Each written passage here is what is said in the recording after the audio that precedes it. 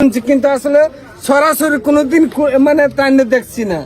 আমারও জন্য সৌভাগ্য, আজকে উনি আমার সাথে কুলাকুলিও করছেন, অনেক এমপি মন্ত্রী হয়েছেন, কিন্তু এভাবে আমার সাথে কুলাকুলি করছেন না।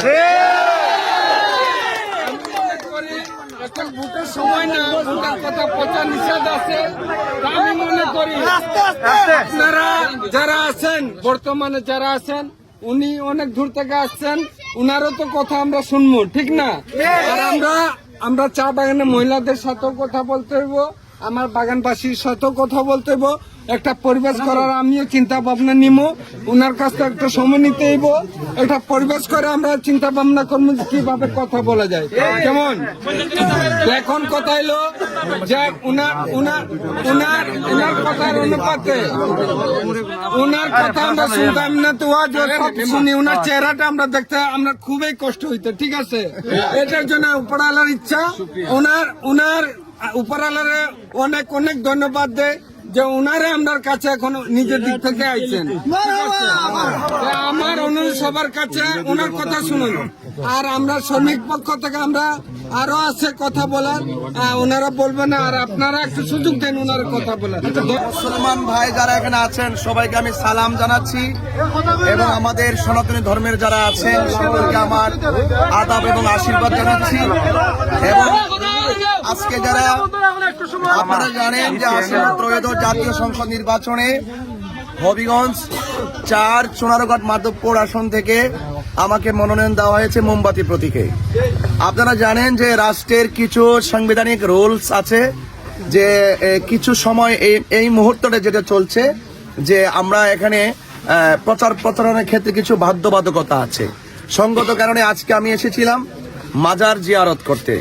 মাজার শরীফ জিয়ারত করে একটু চিন্তা করেছি, এই আমাদের এই অঞ্চলের যারা শ্রমজীবী রয়েছেন, যারা শ্রমিক রয়েছেন, যারা মেহনতি মানুষ রয়েছেন, আপামর জনতা রয়েছেন, এবং আবাল বৃদ্ধ বনিতা যারা রয়েছেন, আমার দিদিমারা যারা রয়েছেন, ভাই বোনেরা যারা রয়েছেন, প্রত্যেকের সাথে জাস্ট আমি কাকতালীয় ভাবে একটু রোড দিয়ে একটু গমন করার ইচ্ছা করেছিলাম, তাই নয় কি?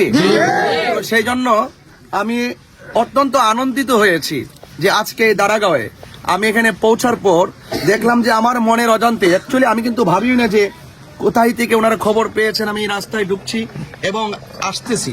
তো সেই দৃষ্টিকোণ থেকে ওনারা আমাকে যেই রকম ভাবে রিসিপশন করেছেন এবং আমাকে যেভাবে কাছে টেনে নিয়েছেন, আমার হৃদয়ের অন্তঃস্থল থেকে এই এলাকাবাসীকে আমার অন্তঃস্থল থেকে মোবারকবাদ জানাচ্ছি। এবং বাগানের যারা চা শ্রমিকরা রয়েছেন এবং বাগানের যারা নেতৃস্থানীয় ব্যক্তিবর্গ যারা রয়েছেন, যারা এই সমাজের সম্প্রীতির জন্য কাজ করে যাচ্ছেন, শান্তির লক্ষ্যে কাজ করে যাচ্ছেন, শৃঙ্খলার জন্য কাজ করে যাচ্ছেন, তাদের প্রত্যেকের যে অ্যাক্টিভিটিস এবং যে উৎসাহ উদ্দীপনা আর নেতৃত্বের যে বহিঃপ্রকাশ আমি লক্ষ্য করেছি, সত্যিকার অর্থেই আমার পক্ষ থেকে আমি আন্তরিকভাবে অভিনন্দন এবং মোবারকবাদ তাদেরকে জানাচ্ছি। এবং আমি এসেছি, আপনারা আমার জন্য খাস করে দোয়া করবেন, আশীর্বাদ করবেন। এবং আমি আমার অন্তঃস্থল থেকে আবারও বলছি যে আমি মানবিক যোদ্ধা হয়ে মানুষের কল্যাণে ধর্ম বর্ণ নির্বিশেষে, দল মত নির্বিশেষে এই দেশের সবাই যে মানুষের কণ্ঠ, নির্যাতিত মানুষের কণ্ঠ, চা শ্রমিকদের কণ্ঠ, সকলের কণ্ঠের সাথে কণ্ঠ মিলিয়ে তাদের দুঃখ দুর্দশা আর বঞ্চনার কথাগুলো রাষ্ট্রযন্ত্রে গুরুত্বপূর্ণ জায়গায় তুলে ধরার জন্য আমি ওয়াদাবদ্ধ হয়ে প্রতিশ্রুতি গ্রহণ করে আমি আপনাদের মাঝে এসেছি। সেই জন্য আমি আপনারা আমার প্রতি যে দোয়া দিচ্ছেন এবং ভালোবাসা দিচ্ছেন, সেই ভালোবাসার মূল্য, সেই ভালোবাসার প্রতিদান যেন আমি আপনাদের সেবার মাধ্যমে দিতে পারি, এবং আপনাদের সুখে দুঃখে পাশে থেকে যেন আমি সবসময় দিন কাটাতে পারি এবং আপনাদের মাঝে যেন সবসময় থাকতে পারি। আপনারা সবাই ইনশাল্লাহ, এই বাংলাদেশ একটি সম্প্রীতি বান্ধব দেশ, এই দেশের সবাই যার যার সহাবস্থানে বাস করবে, এই দেশের সবাই যার যার ধর্ম স্বাধীনভাবে পালন করবে। কিন্তু রাষ্ট্রপক্ষের যত আপাল লেবে মানুষ হোক না কেন, তাদেরকে বুঝতে হবে যারা মেহনতি মানুষ তারাও এই দেশের নাগরিক, যারা শ্রমিক তারাও এই দেশের নাগরিক, যারা অন্য ধর্ম যারা পালন করে তারাও এই দেশের নাগরিক। এই জন্য নাগরিকদের যে অধিকার আছে, এই অধিকার প্রতিষ্ঠার লড়াইয়ে মানবিক যোদ্ধা হয়ে আপনাদের ঘরে এসেছি। এই জন্য আপনারা আমাকে আশীর্বাদ দিবেন, দোয়া দিবেন এবং পাশে থাকবেন। এবং আপনাদের জন্য আমার পক্ষ থেকে যতটুকু করে আমি চোখে দেখে আসছি, তো আমি বড় আশ্বাস দিতে অভ্যস্ত নই, আমি বিশ্বাসটাকে খুব প্রাধান্য দিয়ে থাকি। আমরা বিশ্বাসের মাধ্যমে মানুষের মনের ঘরে জায়গা করে নিতে চাই। আমরা কথায় বড় নয়, আমরা কাজে বড় হয়ে মানুষের মনের মণিকোঠায় জায়গা করে নিতে চাই।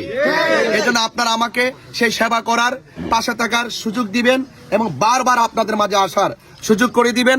আপনারা আমার হৃদয়ে ছিলেন, এই দেশের প্রত্যেকটি নাগরিক আমার মনের মণিকোঠায় আছে এবং আপনাদের জন্য আমার দোয়া রইল, আশীর্বাদ রইল এবং সহযোগিতা এবং রাষ্ট্রযন্ত্রের গুরুত্বপূর্ণ জায়গা থেকে আপনাদের কণ্ঠটা যেন পৌঁছাতে পারি, সেই জন্য আপনারা আমাকে সহযোগিতা এবং দোয়ার মাধ্যমে একটু পাশে থাকবেন, এতটুকু প্রত্যাশা রাখি ইনশাআল্লাহ।